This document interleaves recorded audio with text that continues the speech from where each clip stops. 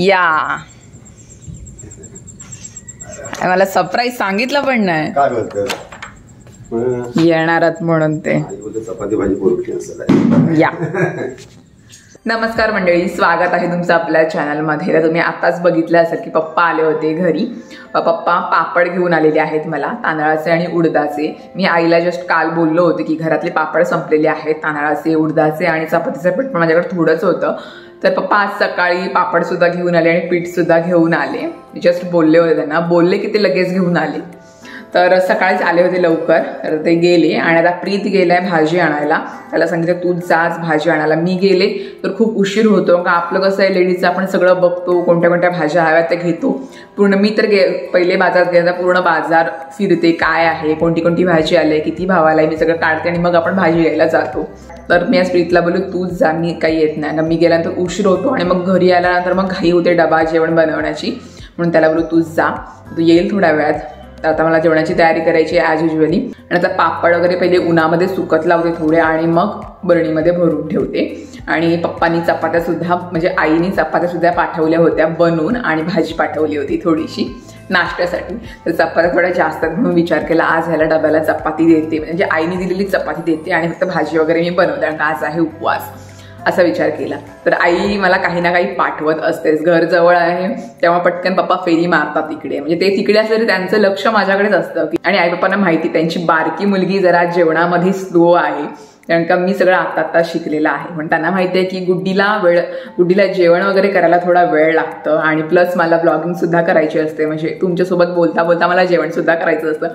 त्यामुळे कधी कधी मला उशीर होतो, म्हणून आई मला काही ना काही पाठवत असते. तर चला आता मी जास्त बोलत नाहीये, पटकन भाजी बनवते. अंगा तो पटकन येईल भाजी घेऊन, आणि मग घाई होते की हे हवंय ते हवंय. त्याच्या आधीच पटकन आता चपातीचं झालेली होतं, आमच्यासाठी जेवण बनवायचं आणि एक भाजी बनवते डब्यासाठी. That's it. तर चला. A few moments later. प्रीत आलेला आहे आत्ताच बाजारातून, तर भाजी आणलेली आहे. काय काय भाजी आणले मी दाखवते तुम्हाला. आणि मिक्सरचं भांडं सुद्धा मिळालं आम्हाला. माझं जे छोटंवालं भांडं होतं ते जरा खराब झालं होतं, पण आमचा जो मिक्सर आहे तो बजाजचा आहे, आणि त्या साईजचा, म्हणजे त्या चक्रामध्ये बसेल असं भेटत नव्हतं. खूप महिने वाट बघितली आणि फायनली मिळालं आहे आम्हाला. छोटंवालं भांडंच खराब झालं होतं, मोठंवालं मी वापरत होतं, पण ते काही टाकलं ते बारीक नव्हतं. छोट्या भांड्यामध्ये कसं बारीक होतं ना, हा घेऊन आलेला आहे. आता भाजी काय काय आणले बघते. काय व्यवस्थित आहे का? हा तेच बघते. बरोबर आहे, मिळालं आहे तुला.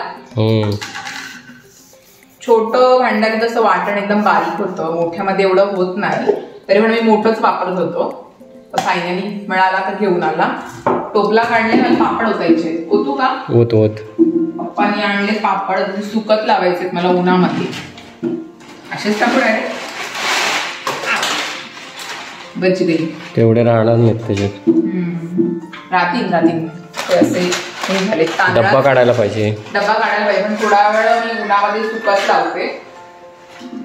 तांदळाचे आणि उडदाचे मिक्स आहेत. आम्हा दोघांना पण पापड खूप जास्त आवडतात.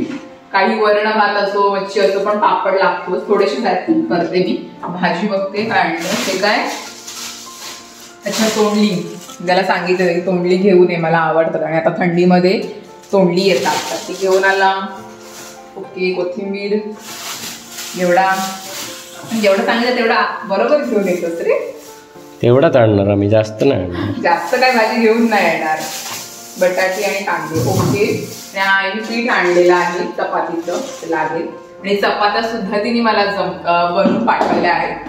थोड्याशा चपात्या खाल्ल्या आणि थोड्या ठेवल्यात, प्रीतल्या डब्याला देईल, म्हणजे चपाती आणि भाकरी करायला भाजी केली की तुझं अर्ध काम संपलं. हा तेच ना, वेळ पण वाचला. तर हे आता पापड मी उन्हात लावते. ओके. ओ मेहनती माणूस. या काय अचानक काय आज? अरे आज ना खूप दिवस झाले खिचडी खाली नव्हती ना, तर म्हणून मी सकाळी साबुदाणे भिजत घातले होते, पण पप्पांनी चपाती वगैरे आणली ना, तर मग हे राहून गेलं. मग विचार केला तर भिजून ते ठेवले, मग करायचं काय म्हणून विचार केला वडीच करूया पटकन. छान झाले तुझं. परफेक्ट का?